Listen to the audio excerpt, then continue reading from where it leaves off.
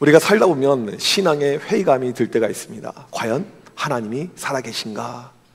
챗 GPT한테 물어봤어요. 언제 신앙의 회의감이 드는가? 하나님의 존재에 대해서 언제 의구심이 드는가 물어봤더니 화면을 보시게 되면 이렇게 답해줬습니다. 7위, 세상의 악과 전쟁을 볼 때. 지금 세상 곳곳에 전쟁이 일어나고 있습니다. 어린아이들이 피해를 당하게 돼요. 과연 신이 있을까? 이런 마음이 들 수 있다는 거죠. 6위, 교회 안에서 실망스러운 일을 겪을 때, 그렇게 믿었던 신뢰했던 목회자가 이상한 짓을 했었을 때 이런 마음이 들 수가 있죠. 5위, 재난이나 사고를 겪을 때 도저히 개인적으로 감당하기 힘든 사건 사고가 발생할 때죠. 4위, 개인의 실패와 좌절, 사업의 실패, 시험 낙방, 사기, 인간관계의 단절, 이런 일들이죠. 3위, 부당한 고통과 불의, 정말 착하게 살아갔던 사람인데 말도 안 됐던 일을 겪었을 때죠. 2위, 기도 응답이 없을 때, 오랜 시간 동안 그렇게 간절히 기도했는데도 응답이 없을 때. 1위, 사랑하는 사람의 죽음, 자녀나 배우자나 부모나 친구나 가까운 사람이 세상을 떠날 때입니다. 지난주에 미국의 한 커플이 결혼을 하게 되었습니다. 그리고 신혼여행으로 미국 플로리다 이렇게 가게 되었어요. 아름다운 이 해변 비치를 거느리고 있는데 갑자기 번개가 쳤습니다. 그 자리에서 남편이 직사를 하게 되었어요. 이런 일을 만약에 우리가 겪는다라면 정말 하나님의 존재에 대해서 의구심을 가질 수밖에 없을 것입니다. 오늘 본문은 이런 내용이에요. 하나님에 대한 어떤 존재의 회의감을 백성들이 지금 느끼고 있는 장면입니다. 17절 말씀을 같이 한번 읽어보도록 하겠습니다. 시작. 너희가 말로 여호와를 괴롭게 하고도 이르기를 우리가 어떻게 여호와를 괴롭게 하였나이까 하는도다. 이는 너희가 말하기를 모든 악을 행하는 자는 여호와의 눈에 좋게 보이며 그에게 기쁨이 된다 하며 또 말하기를 정의 하나님이 어디 계시냐 함이니라. 여러분, 우리가 지금 매주 말라기를 보고 있지만 선지서는요 그냥 혼자서 성경을 통독하면요 무슨 말인지 잘 이해가 안 돼요.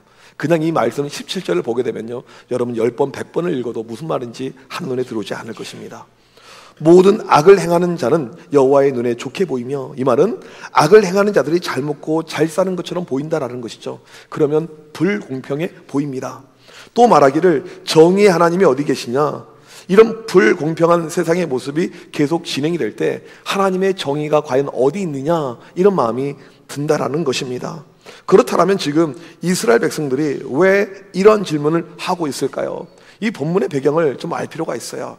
이스라엘 백성들이 지금 바벨론에서 70년 만에 이 포로 생활 끝나고 예루살렘 땅에 오게 되었습니다. 그들이 와서 한 것이 무엇입니까? 성전을 지었어요. 아무것도 없는, 재물도 물질도 없는 상태에서 힘들게 성전을 지었습니다. 성전을 지은 것은요 기적과 같은 일이었습니다. 뭐가 있어야지 지을 수가 있죠. 기적 중에 성전이 22년 만에 완공이 이렇게 되었는데, 이들이 성전을 지은 다음에 마음에 실망이 찾아오게 되었어요. 어떤 실망감이 찾아오게 되었냐면, 원래 이들이 기대했던 바가 있죠. 과거 솔로몬이 성전을 지었었을 때 성전 봉헌식이 됐던 그날 성전 안에 구름이 임하게 됩니다. 여러분 상식적으로 생각해 보세요. 구름은요 밖에 있는 거지 건물 안에 없습니다. 성전 안에 구름이 임한 거예요. 하나님의 영광, 하나님의 임재의 상징으로 구름이 임하게 됩니다. 솔로몬의 아름다운 성전도 너무너무 대단했지만 그 하나님의 임재의 순간을 백성들이 잊을 수가 없었어요. 이 당시에 이미 구약의 말씀이 있었기 때문에 이스라엘 백성들은 이걸 알고 있었거든요. 이번에 우리가 성전을 지으면 하나님의 영광이 구름 가운데 반드시 임할 것이다, 이런 확신들이 있었는데 그런 역사가 없었던 것입니다. 아무리 기다려도 구름 조금도 없었어요. 하나님에 대한 실망감이 있었습니다. 또 다른 실망감, 서운함은 무엇이었냐면, 지금 힘들게 고생해서 성전을 만들었습니다. 그러면 하나님이 칭찬해 주셔야 되죠. 복을 주셔야 되죠. 아니, 포로 생활 끝나고 예루살렘에 와서 성전을 지었습니다. 그러면 예루살렘 땅에 부흥이 임해야 되죠. 이런 것을 기대했는데 이런 역사가 없는 거예요. 페르시아보다 좀 잘 살게 될 줄 알았는데 이런 것이 일어나지 않는 것입니다. 여전히 못 살아요. 여전히 힘듭니다. 전에 바벨론, 페르시아, 포로 시절보다 훨씬 더 못한 경제적인 수준입니다. 아니, 건축 후에 무엇인가 달라져야 되는데 성전을 건축한 다음에 이스라엘의 상황은요 더 개판 5분 전이었습니다. 그들이 그토록 신뢰하고 믿었던 이스라엘의 종교 지도자, 제사장들이 죄를 짓고 그들이 온전한 예배자로 살지 못했던 그 모습들, 백성들은요, 하나님이 싫어하는 이방인들과 결혼하면서 그렇게 결혼의 생활이 문란하고 타락해지고, 심지어는 조광지처를 벌이면서 곳곳에서 새로운 여자들하고 재혼하는 그런 말도 안 되는 풍토가 계속해서 트렌드처럼 번져갔었을 때, 이들이 느낄 때 과연 하나님이 어디 계시냐, 하나님이 계시면 왜 이렇게 우리는 힘드냐, 왜 이렇게 고통이 있느냐, 오히려 하나님을 믿지 않은 이방인들은 잘 살고 있고 하나님을 믿고 살아가는 우리의 삶은 이렇게 힘드냐, 이런 마음이 존재한 것입니다. 그래서 17절에 하나님의 정의가 존재합니까? 하나님 공의의 하나님 맞습니까?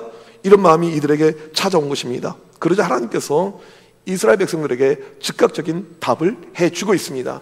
3장 1절 말씀을 다 같이 한번 읽어보도록 하겠습니다. 시작. 만군의 여호와가 이르노라. 보라, 내가 내 사자를 보내리니 그가 내 앞에서 길을 준비할 것이요 또 너희가 구하는 바 주가 십자가 그 성전에 임하시리니 곧 너희가 사모하는 바 언약의 사자가 임하실 것이라. 여러분, 이 1절에 보게 되면 사자가 두 번 등장합니다. 이 사자는요, 이런 사자가 아니에요. 이 사자를 잘 봐야 되는데, 먼저 첫 번째 사자, 내가 내 사자를 보내겠다라고 이야기합니다. 내 사자, 히브리어로 말라키라고 발음을 합니다. 말라기랑 거의 발음이 동일하죠. 우리가 말라기를 보고 있어요. 말라기 선지자 이름이 나의 사자라는 뜻입니다. 영어 성경을 보게 되면 사자를 메신저라고 보통 이야기합니다. 또 특사라고 번역을 할 수가 있습니다. 고대에 보게 되면 특사는 왕을 대신해서 그 임무를 수행하는 사람이 특사이죠. 하나님께서 내 사자 특사를 너에게 보내어서 내 뜻을 말하겠다라고 이야기합니다. 우리 마태복음 11장 10절을 같이 한번 읽도록 하겠습니다. 시작. 기록된 바 보라, 내가 내 사자를 내 앞에 보내노니 그가 내 길을 내 앞에 준비하리라 하신 것이 이 사람에 대한 말씀이니라. 예수님께서 자기 앞서 올 사자를 이야기하는데, 이 사자는 세례 요한을 뜻합니다. 대놓고 세례 요한이라고 성경에서 이야기를 하고 있습니다. 오늘 1절에서 처음 등장하는 첫 번째 사자는요, 세례 요한입니다. 세례 요한은 주님의 길을 예비하기 위해서 이 땅에 온 사람입니다. 광야에 외치는 자의 소리에 불과한 존재라고 자기를 폄하했었죠. 마가복음 1장 8절을 보게 되면 나는 너에게 물로 세례를 주지만 내 뒤에 오실 분은 성령으로 세례를 줄 것이다. 나는 아무것도 아니고 진짜는 나중에 오신다. 메시아를 예비한 역할이 바로 이 세례 요한의 역할입니다. 첫 번째로 이 세례 요한이 사자라고 이야기합니다. 오늘 1절 뒤를 보게 되면 두 번째 사자가 나오는데, 너희가 사모하는 바 언약의 사자가 임할 것이라. 첫 번째 사자는 세례 요한이었고 두 번째 사자는 예수님을 뜻합니다. 오늘 말씀에서 핵심 포인트는 바로 이 부분이에요. 메시아 예수 그리스도를 하나님께서 사자로 보내줄 것이다, 이 내용입니다. 그런데 그냥 성경에서 메시아를 보낼 것이다, 예수 그리스도를 보낼 것이다, 그렇게 말하면 좋겠는데 왜 언약의 사자라는 표현을 썼을까요? 그 이유를 알 필요가 있어요. 여러분, 이 언약하게 되면 가장 먼저 떠오르는 것은요, 시내산 언약입니다. 하나님께서 모세를 통해서 시내산에서 백성들과 언약을 맺게 됩니다. 언약의 징표로 모세는 십계명의 두 돌판을 받게 됩니다. 시내산 언약의 핵심은 이겁니다. 내가 이스라엘을 내 백성으로 삼겠다, 이스라엘을 제사장 나라로 삼겠다라는 것입니다. 그런데 이것은 그냥 되지 않고 너희가 언약의 말씀을 지킬 때 이루어질 것이다 라는 것입니다. 두 돌판에 새긴 하나님의 말씀으로 살아갈 때 이스라엘은 영원한 하나님의 언약의 백성이 될 것이다. 이것이 시내산 언약입니다. 비록 시내산에서 언약을 맺었지만 이스라엘 백성들은요, 안타깝게 말씀대로 살지 못했습니다. 그들의 마음 가운데 변화가 이루어지지 못했습니다. 이들은 끊임없이 죄 가운데 있었죠. 모세가 언약의 이 돌판을 받기 위해서 시내산에 올라갔었을 때 밑에서 백성들은 송아지 모양의 이 우상을 만들어 놓고는 하나님이라고 파티를 벌이고 있었고, 그 이후에도 끊임없이 불평불만했던 그들의 모습, 언약을 맺었지만 언약대로 살지 못했고 그들의 마음은 변화되지 못했습니다. 그래서 하나님께서 이들과 다시 언약을 맺어요. 이것이 바로 예루살렘에서 맺은 새 언약입니다. 예수님의 십자가의 죽음을 통해서 우리와 새 언약이 체결이 됩니다. 백성들에게 죄 용서가 일어나게 됩니다. 변화되지 않았던 마음들이 변화되게 됩니다. 예수님의 십자가를 통해서 새 언약을 체험한 사람은요, 드디어 마음 가운데 치유와 변화가 이루어지게 됩니다. 이제는 죄가 떠나게 되고 하나님만 바라보게 됩니다. 이것을 가능케 하는 언약의 사자가 너에게 올 것이다 라고 약속을 하고 있습니다. 그러니까 정리하면 이런 내용이에요. 이스라엘 백성들은 하나님이 어디 있습니까? 세상은 요지경입니다. 우리는 살기가 힘듭니다. 하나님 살아계십니까? 이렇게 이야기하는데 하나님은 뭐라고 이야기하십니까? 내가 그래서 메시아인 예수 그리스도를 너에게 보낼 것이다 약속을 하고 있습니다. 그렇다면 예수님이 이 땅에 오셔서 하실 일이 무엇일까요? 오늘 2절과 3절 보게 되면 이렇게 나와 있습니다. 같이 읽겠습니다. 시작. 그가 임하시는 날을 누가 능히 당하며 그가 나타나는 때에 누가 능히 서리요. 그는 금을 연단하는 자의 불과 표백하는 자의 진물과 같을 것이라. 그가 은을 연단하여 깨끗하게 하는 자 같이 앉아서 레위 자손을 깨끗하게 하되. 여기 보게 되면 금과 은과 같은 보석을 깨끗하게 할 것이다. 여러분, 이 보석들 보게 되면 그냥 만들어지지 않고 이 정제의 과정이 필요합니다. 깨끗하게 만들어 줄 것이다. 그 다음에 옷을 보게 되면 얼룩이 심한 옷이 있는데 양잿물로 표백을 할 것이다 라고 이야기를 합니다. 그러면 하얗게 되는 것입니다. 즉 예수님께서 이 땅에 오신 이유는 세상을 깨끗하게 만들기 위함이라는 것입니다. 3절 보게 되면 그가 은을 연단하여 깨끗하게 하는 자 같이 앉아서 레위 자손을 깨끗하게 하되. 3절에서 레위 자손은요 바로 우리를 이야기합니다. 신약에 예수를 믿고 살아가고 있는 모든 성도들을 이야기하는 것입니다. 너희를 깨끗하게 하기 위해서 내가 이 땅에 왔다라고 이야기합니다. 따라서 예수님이 지나가는 모든 것은요 정결케 돼요. 깨끗하게 됩니다. 요한복음 2장에 보게 되면 사람들이 성전에서 장사하며 물건을 팔고 있었습니다. 이 성전이 장사치들의 장소가 되어버렸어요. 이때 예수님께서 성전을 뒤엎습니다. 이게 성전 정화 사건이죠. 늘 깨끗하게 하셨던 것, 이것이 우리 주님의 모습이었습니다. 예수님은 이 세상에 오신 이유가 세상을 깨끗하게 하기 위함이라는 것이죠. 그러면 죄가 사라지게 됩니다. 근데 문제는 무엇이냐면 모든 죄가 사라지진 않아요. 끝까지 죄 가운데 버티고 있는 자들이 있습니다. 그러니까 그럴 때 심판을 주시는데 2절 말씀을 메시지 성경을 가지고 보게 되면 이런 내용입니다. 그러나 그가 올 때 과연 누가 견뎌낼 수 있을까? 그가 나타날 때 과연 누가 살아남을 수 있을까?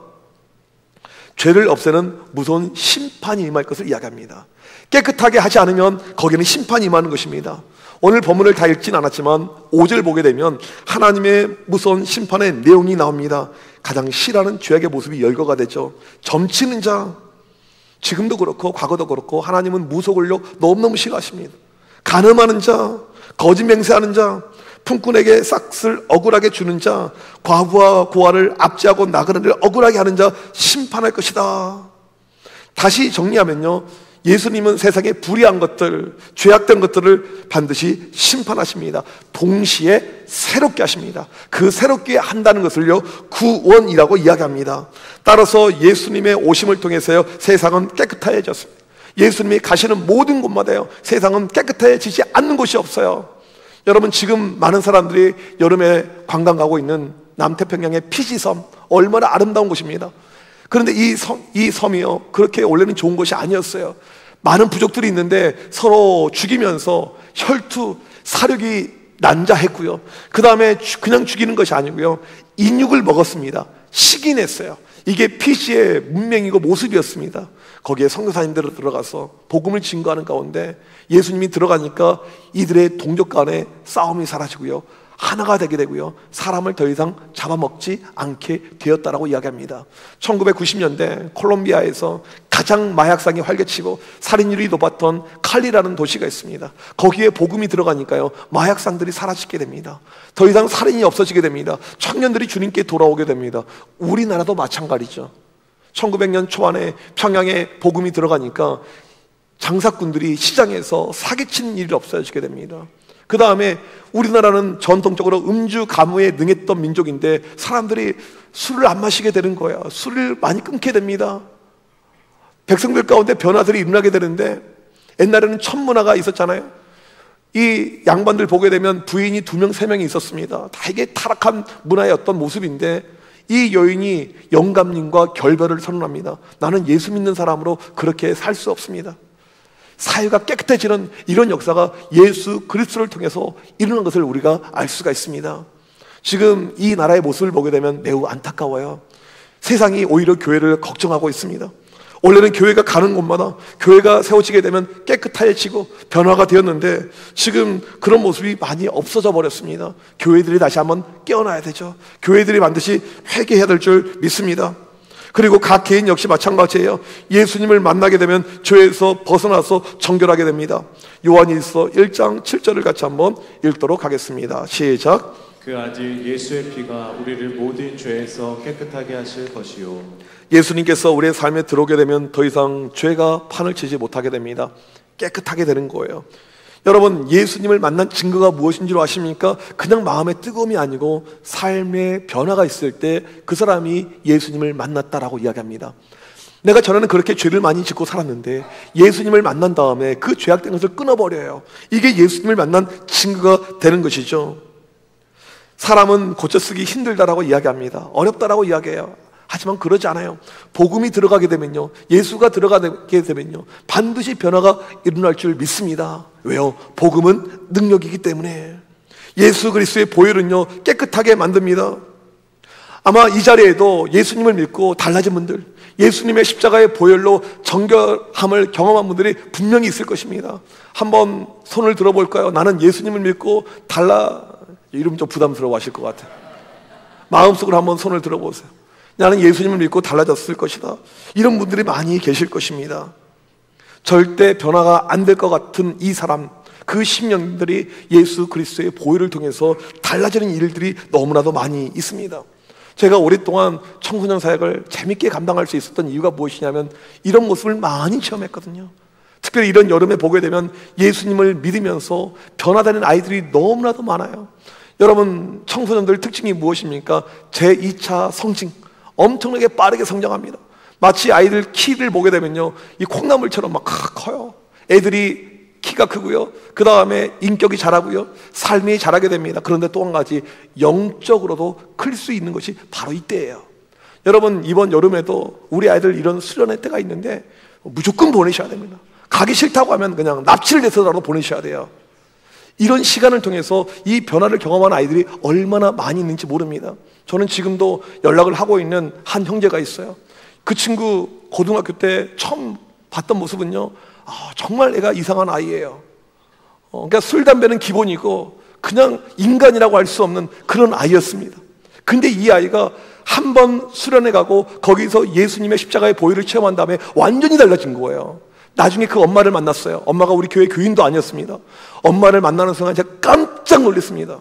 그 아들의 모습은 진짜 애가 그냥, 이런 표현 쓰면 너무 죄송하지만 그냥 뭐 쓰레기 비슷한 이런 모습이었는데 엄마는요 너무 고귀해요. 놀랐어요.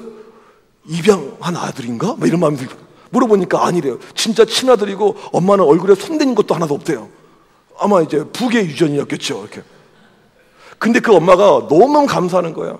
자기 아들은 끝까지 망나니 끝까지 변화되지 않을 줄 알았는데 예수 그리스도의 십자가가 들어가니까 변화가 되는 것이죠.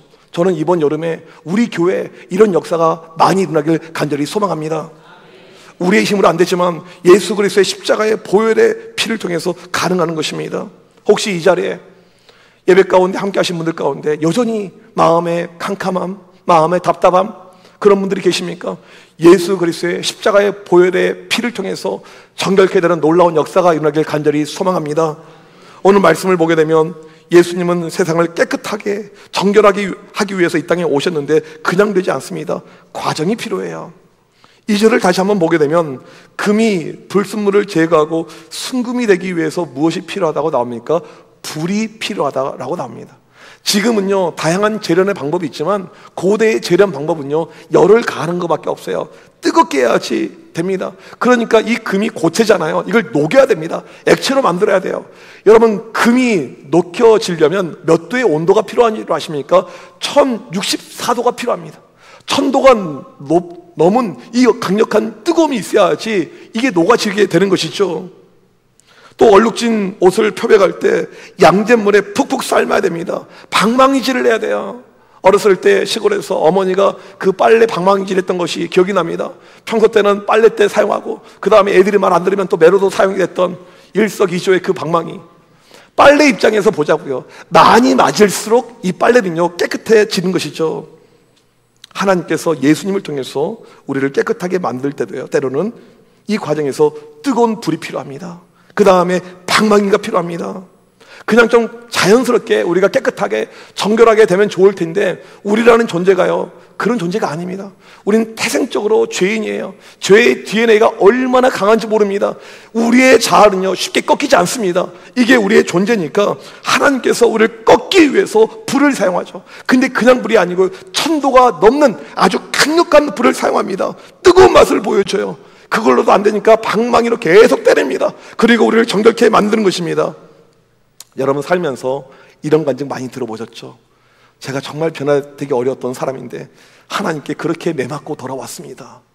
안 바뀌니까 하나님께서 불을 주시고, 안 바뀌니까 하나님께서 방망이로 때리시는 것이죠. 그제서야 돌아오는 스토리 많이 들어보셨을 것입니다. 야고보서 1장 2절 4절을 읽어보도록 하겠습니다. 시작. 내 형제들아, 너희가 여러 가지 시험을 당하거든 온전히 기쁘게 여기라. 이는 너희 믿음의 시련이 인내를 만들어내는 줄 너희가 알미라. 인내를 온전히 이루라. 이는 너희로 온전하고 구비하여 조금도 부족함이 없게 하려 함이라. 하나님께서 때로는 우리에게 시험을 주십니다. 그냥 시험이 아니고 불시험을 주실 때가 있어요. 너무 뜨거워서 견디기 어려울 정도로. 왜 우리에게 이 시험을 주시냐면 그 시험을 통해서 인내를 주기 위해서. 왜 인내가 필요합니까? 우리로 하여금 조금도 부족함이 없고 온전하게 만들어지기 위해서. 결국에 이런 과정을 통해서 이 사람이 달라지게 됩니다. 완전히 새로운 사람이 되게 되는 거예요. 내가 살면서 그런 실패와 아픔과 고통이 없었더라면 이 자리에 올 수 없는 분들이 분명히 계실 것입니다. 다른 모습으로 변화시키기 위해서 하나님께서 우리에게 불시험을 주실 수 있다는 사실입니다. 세상 사람들은 뜻하지 않은 고통과 어려움이 찾아오게 되면요, 신은 없다라고 이야기합니다. 하나님이 계시면 왜 우리 가정에, 내 삶에 이런 일이 발생합니까? 라고 따질 때가 있습니다. 그러나 우리가 지금 겪고 있는 뜨거운 불시험, 매몰찬 방망이질은 하나님이 부재하다는 증거가 아닌 오직 하나님의 존재의 증거임을 믿으시길 바랍니다. 불이 뜨거울수록 금은 순수해지고요, 방망이질이 거세질수록 옷은 하얗게 됩니다. 따라서 믿음의 사람은 세상의 고통과 불의의 모습 가운데 또한 내 고난 속에서 우리와 함께 하신 하나님을 오히려 체험하게 되는 것입니다. 우리가 많이 부르는 찬양 가사 중에 하나님 한 번도 나를 실망시킨 적 없으시고, 인생을 살면 힘들 때가 있잖아요. 어려울 때가 있잖아요. 그런데 믿음의 성도는요, 그 과정을 통해서도요, 하나님은 여전히 신실하구나, 진실되구나, 바르시구나, 좋으시구나, 이것을 체험하는 것이죠. 믿음의 성도는요, 고난 가운데, 고통 가운데 그 순간에도 하나님의 함께 하심을 체험하고 살아가는 것입니다. 이것을 체험할 때 이것을 가리켜서 믿음이라고 이야기를 합니다. 마태복음 1장 23절을 같이 한번 읽어보도록 하겠습니다. 시작. 보라, 처녀가 잉태하여 아들을 낳을 것이요 그의 이름을 임마누엘이라 하리라 하셨으니 이를 번역한즉 하나님이 우리와 함께 계시다 함이라. 여러분, 지금 우리에게 필요한 것이 무엇입니까? 우리와 함께 하시는 하나님, 임마누엘, 그 뜻이 무엇입니까? 하나님이 우리와 함께 계시다. 여러분, 살다 보면 우리가 불로 갈 때가 있어요. 물로 갈 때가 있습니다. 어려움으로 갈 때가 있습니다. 그런데 무엇을 경험해야 된다고요? 임마누엘 하나님, 그 순간에도 함께 하신 하나님, 그 순간에도 우리를 지켜보고 계신 하나님, 그 순간에도 도우신 하나님. 이스라엘 백성들이 그 마음이 없었던 거예요. 하나님 성전을 지어놨는데 왜 고통입니까? 왜 달라지지 않습니까? 하나님께 구하고 예배 드리고 있는데 왜 아무런 변화가 없습니까? 그때 하나님께서 주신 말씀이 무엇입니까? 내가 직접 사람의 옷을 입고 가겠다. 이게 메시아, 임마누엘, 하나님의 모습인 것이죠. 혹시 오늘 이 시간 이 자리에 계신 분들 가운데 하나님 존재에 대해서 회의감, 의구심 드시는 분들이 계십니까? 오늘 이 시간 여러분을 향한 하나님의 음성을 듣길 간절히 소망합니다. 이사야 43장 1절 2절 말씀을 같이 읽도록 하겠습니다. 시작. 야곱아, 너를 창조하신 여호와께서 지금 말씀하시느니라. 이스라엘아, 너를 지으신 이가 말씀하시느니라. 너는 두려워하지 말라. 내가 너를 구속하였고 내가 너를 지명하여 불렀나니 너는 내 것이라. 내가 물 가운데로 지날 때에 내가 너와 함께할 것이라. 여러분, 이 말씀을 여러분을 향한 하나님의 음성으로 믿으시길 간절히 소망합니다. 고통 가운데 있다고 두려워하지 마세요. 왜요? 뭐라고 하십니까? 내가 너와 함께한다. 여러분, 어린아이가 갑자기 어려움이 찾아왔어요. 근데 엄마 품에 있으면요, 그건 고통이라고 하지 않는 것입니다. 우리를 구속하고, 구속이 무엇입니까? 구원이죠. 우리를 지명하고 불렀다라고 이야기합니다. 너희가 설령 물 가운데, 쉽게 말하면 폭풍 가운데, 태풍 가운데 있을지라도 내가 함께하니까 걱정하지 말라, 두려워하지 말라 우리에게 말씀하고 있습니다. 오늘 이 시간 우리와 함께 하시는 이 하나님의 손길을 믿고 의지하고 나가는 우리 모두가 되시길 주님의 이름으로 간절히 축복합니다. 우리 시간 자리에서 일어나셔서 함께 이 고백하길 원합니다. 오늘 우리에게 주신 말씀을 기억하면서 우리에게 필요한 것이 무엇입니까? 하나님 안에 거하면 되는 것입니다. 하나님이 말씀하십니다. 나는 너의 하나님이다. 모든 환난 가운데 너를 지키는 자다. 두려워하지 말라. 내가 널 도와준다. 놀라지 말라. 너의 손을 잡아주겠다고 약속하신 하나님의 손길을 믿는 우리 모두가 되길 간절히 소망합니다.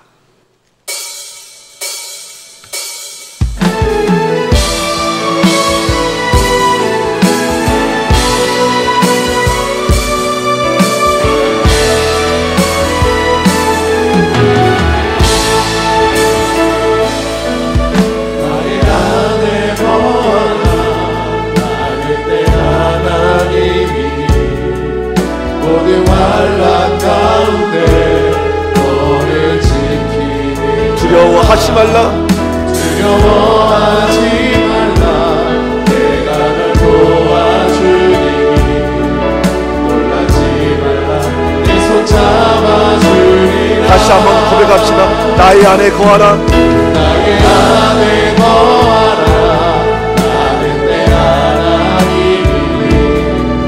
모든 환난 가운데 너를 지키는 자라. 두려워하지 말라. 내가 널 도와주니. 놀라지 말라. 내 손 잡아주리라. 내가 너를 지명하여 불렀나니. 내가 너를 지명하여 불렀다니. 너는 내 것이라. 내 것이라. 너의 하나님이라. 내가 너를 보배롭고 존귀하게 여기노라. 너를 사랑하는 내 여호와라. 나의 안에 거하라. 나의 안에 거하라. 나는 내 하나님이니. 모든 환난 가운데 너를 지키는 자라. 두려워하지 말라. 내가 널 도와주리니. 놀라지 말라. 내 손 잡아주리니. 내가 너를 지명하여 불렀나니. 내가 너를 지명하여 불렀나니. 너는 내 것이라. 내 것이라. 너의 하나님이라. 내가 너를 보배롭고 존귀하게 여기노라. 너를 사랑하는 내 여호와. 내가 너를 지명하여 불렀나니. 내가 너를 지명하여 불렀나니. 너는 내 것이라. 내 것이라. 너의 하나님이라. 내가 너를 보배롭고 존귀하게 여기노라. 너를 사랑하는 내 여호와라.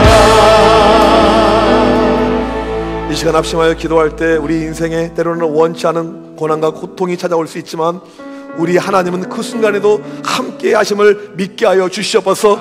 이 시간 기도할 때 지금 바로 이 순간에도 우리와 함께 하시는 임마누엘 하나님을 마음속에 간직하게 하여 주옵소서.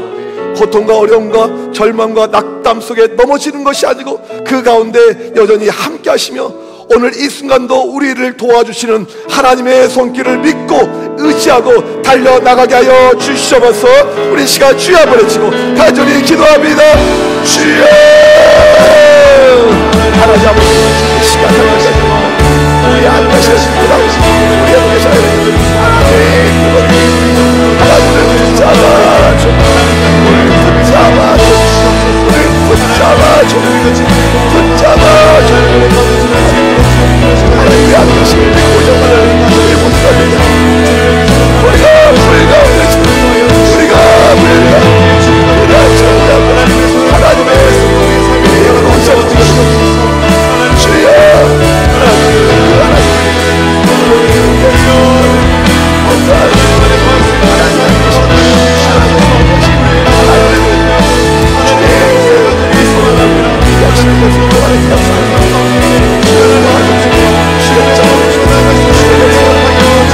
내가 너를 지켜야 너는 내 것이라.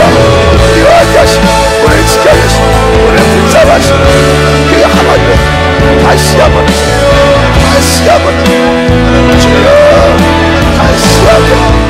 아버지를 받아가지고 주여 하나님 힘들고 하나님 다시 한번 우리 거기 역사여 오늘 주신 그 하나님의 우리가 예수 회복이 없어서 나타나는 예수의